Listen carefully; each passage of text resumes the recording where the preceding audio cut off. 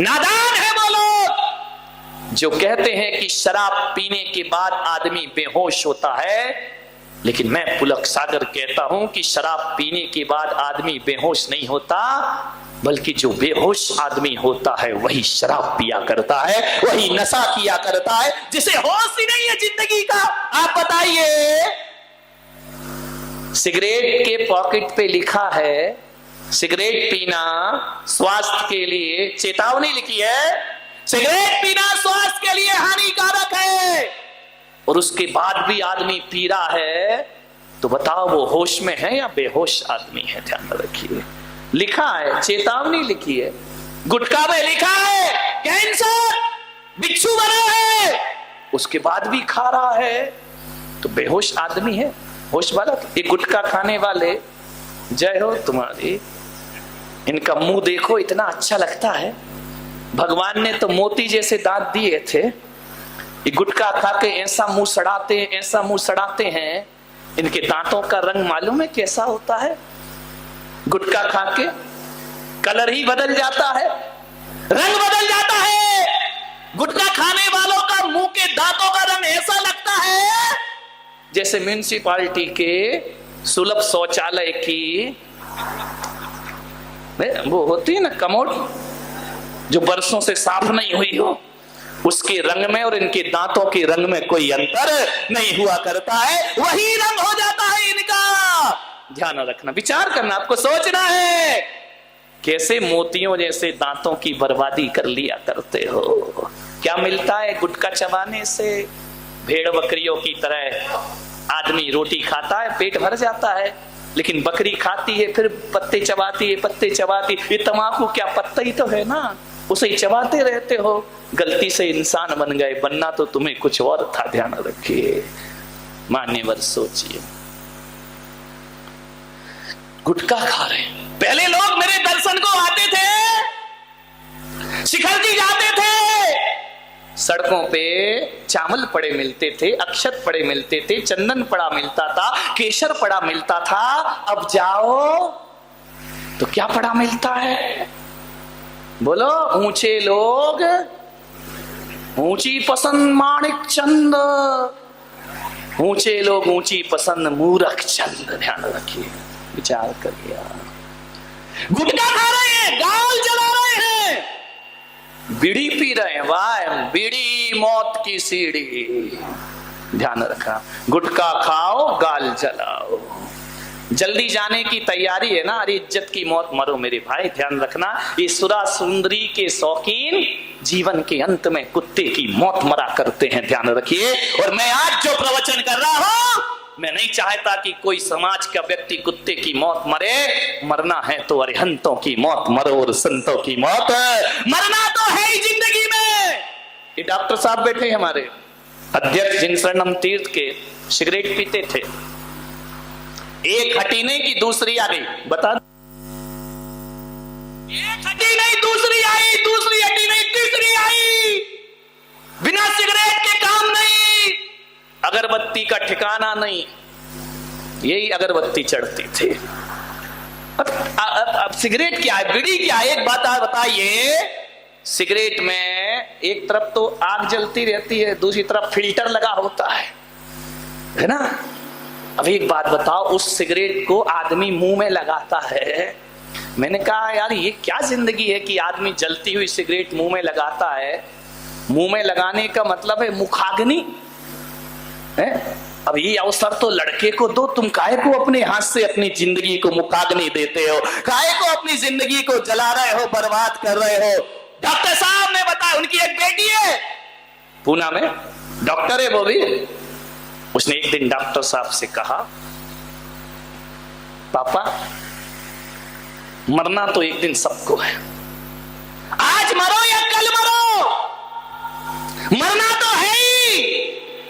लेकिन पापा मैं चाहती हूं, मृत्यु तो एक दिन आपकी भी होगी, लेकिन मैं चाहती हूं कि मेरे पापा ऐसे ना मरे कि पलंग पर तड़प तड़प के उन्हें मरना पड़े। मैं चाहती हूं कि इज्जत की मौत उनकी मौत होना चाहिए। पापा आज के बाद सिगरेट मत पीना। डॉक्टर साहब ने मुझे बताया, उस दिन से सिगरेट फेंक दी और आज तक जीवन में सिगरेट को हाथ नहीं लगाया था। मान्यवर सोचिए, कैसी जिंदगी को हम बर्बाद करते हैं अपनी। कोई सिगरेट पी रहा है, कोई पान मसाला खा रहा है, उसके बाद चौके में आते हैं मन शुद्धि वचन शुद्धि काहे की शुद्धि। मुंह तो कचरा घर बना रखा है, ध्यान रखना। महाराज आहार ले लो हमसे, आहार तुम तो आहार देखने के पात्र नहीं, देने की तो बात ही छोड़ दीजिए। ध्यान रखिए मान्यवर। उस आदमी ने कहा कि महाराज मैं शराब पीने लगा, पहले बाहर पीता था, छिप के पीता था, फिर ये स्थिति बनी मेरी, घर में लाके शराब पीने लगा। पत्नी ने कहा देखो तुम्हें पीना है बाहर पियो, बच्चे हैं क्या सोचेंगे वो, क्या उनके जीवन में असर पड़ेगा। तुमको पीना है तो बाहर जाकर पियो। एक बात याद रखना, यदि कोई बाप अपने बच्चे से पीने के लिए सिगरेट मंगाता है पान की दुकान से, तो मैं कहता हूं उस बाप को बाप होने का कोई हक नहीं हुआ करता है। क्या शिक्षा दे रहा है वो अपने बच्चे को, क्या सिखा रहा है अपनी आने वाली पीढ़ी को। आज बच्चा तुम्हारे लिए सिगरेट लेने जा रहा है, कल बच्चा खुद के लिए सिगरेट लेने जाएगा। मैं तो आपसे इतना निवेदन करता हूं, यदि बाप बनने की औकात ना हो तो आदमी को शादी नहीं करना चाहिए। ध्यान रखना, विवाह करने के बाद किसी का जीवन उजाड़ना, बच्चों का भविष्य बिगाड़ना, ये जिंदगी है आदमी की।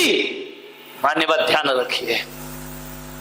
उस आदमी ने मुझे बताया कि महाराज मैं घर में शराब लाने लगा, पत्नी ने बहुत रोका कि ये मत करो तुम, लेकिन मैं नहीं माना। मेरा अहंकार, अबला नारी क्या करेगी बेचारी की, टप टप आंसू बहा सकती है, दीवार की तरफ मुंह करके रो सकती है।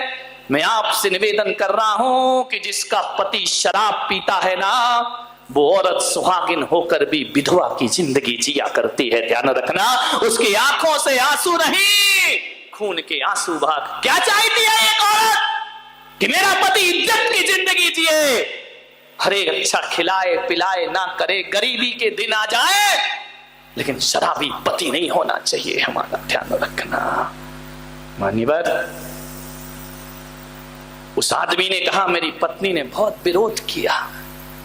एक दिन पत्नी ने कहा कि मैं चली तुम्हारा घर छोड़कर। बोले मैं नशे में था। मैंने कहा इसी वक्त निकल जाए यहां से। उसने बच्चे उठाए, अटैची उठाई, घर छोड़कर चली गई पिया। और जैसे ही घर गई मैंने कहा कि चलो रास्ते का कांटा अलग हुआ।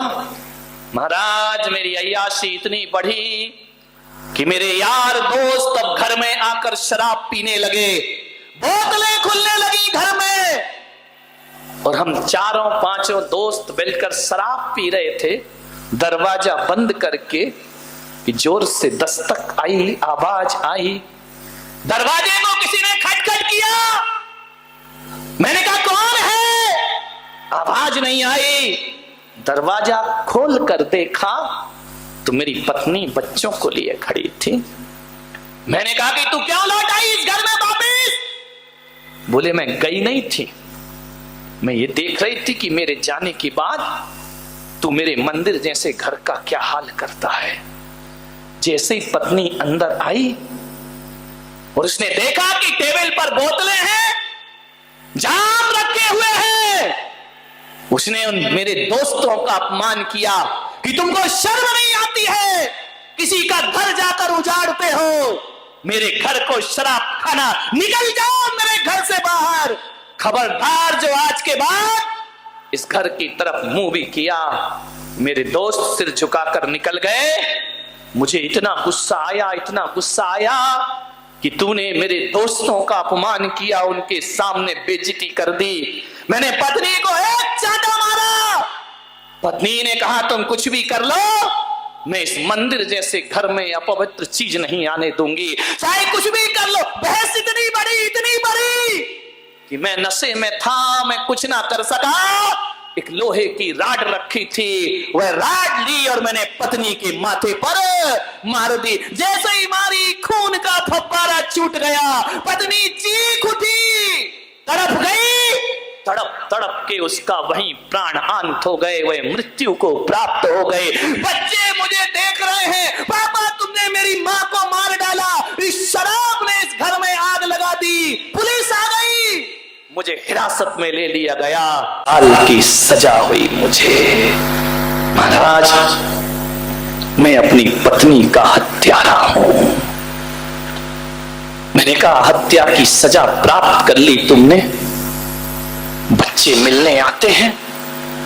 बोले एक बार मैंने बच्चों को खबर भेजी कि मेरे बच्चों मुझसे गलती हुई, मुझसे मिलने आओ।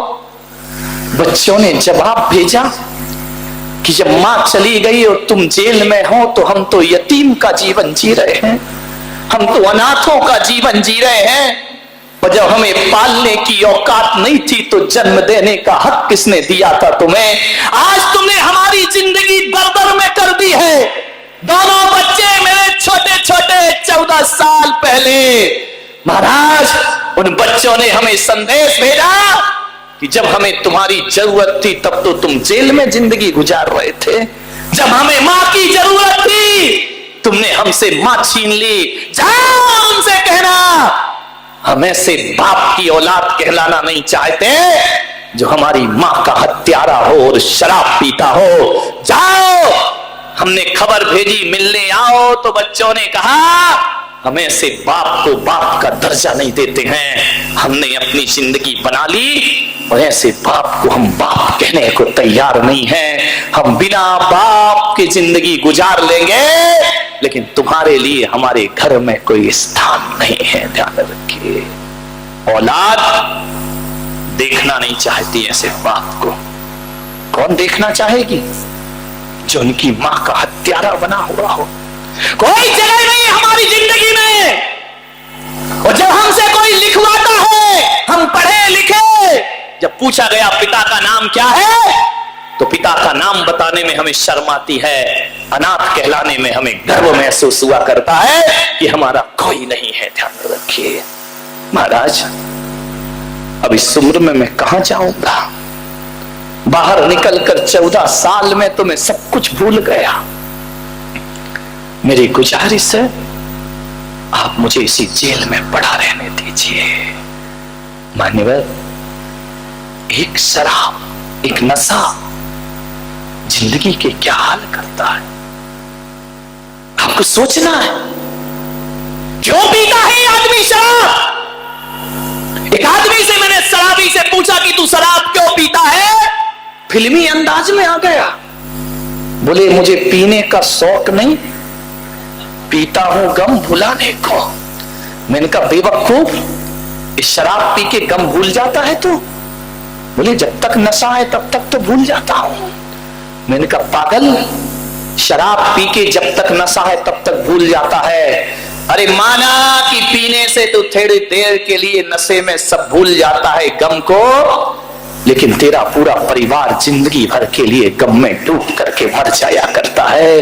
क्षणिक सुख के लिए पूरे परिवार को गम की जिंदगी देना, बोलिए आप सोचिए, थोड़ी देर को तुम गम मुक्त हो जाओगे, पूरा परिवार गम में डूब करके मर जाया करता है। क्या